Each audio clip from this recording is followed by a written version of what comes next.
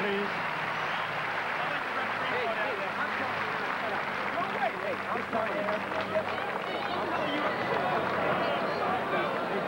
Keep your mouth shut out here.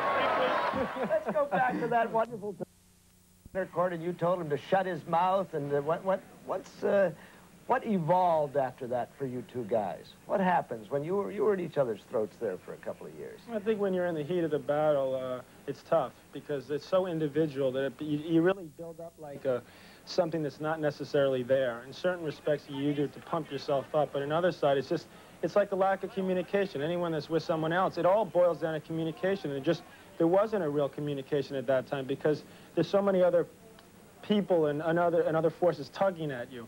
But when it came down to it, when we sat around and finally, started to smell the roses a little bit, we realized that we had a lot more in common than we thought, that we respected each other, and now we in my opinion, we get along better than we ever did. Plus, but we have two personalities that absolutely clash. It's not, it's not like Mac is playing Borg in one way, that the Borg doesn't say anything, he lays back, he keeps everything inside. His attitude, my attitude, his game fit into my game fit into his game. So we were just really coming at each other like two heads of steam, big trains, and the only thing it could lead to was an eventual wreck. No mistakes so far in this match, right? You haven't overruled anything. No mistakes whatsoever. Seconds up, please. Answer my question! The question, jerk!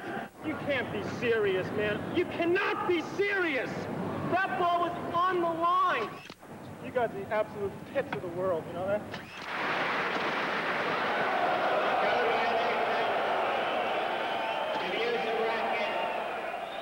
You get bothered by the things like we do, the McEnroe retrospectives, the bottles get knocked off, this is years old, and things like that. They're always with you because tape is always with you. Can you I prefer to watch the times when I won Wimbledon in the U.S. Open than when I swung at a couple cups and, sprayed water on some spectators, but, that was good entertainment, though. It made a couple of videos. So it's sort of something that I actually look at it and think it's hard to believe in a way, but yet it was me, I think. So, at the time I was going through some things. As a matter of fact, I had just met my wife.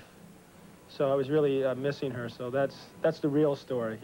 I deliberately got suspended, okay, so I could see my wife. Now, people should understand that. You used the word addiction, and you're both still here, and you're both still getting more applause than anyone else. So there must be an addictive feature there. I guess that's one reason we're still here. We didn't get it as much 10 years ago. So. When we really were booing us. That's right. Hey, that's a good question. I mean, how are you going to handle that when you don't play anymore? You're used to playing in front of millions of spectators on TV and sellout crowds at every stadium. It's unanswerable. I really don't know. I hope well. Do you dread it? That's one of the perks I was talking about. Do you dread it? Leaving? No, I don't dread it, but it's certainly something I'll always be proud of, and certainly now, I mean, admittedly, you go in and you think, why weren't they doing it 10 years ago? But, it's better late than never. Now, only hours after that interview, John McEnroe was fined.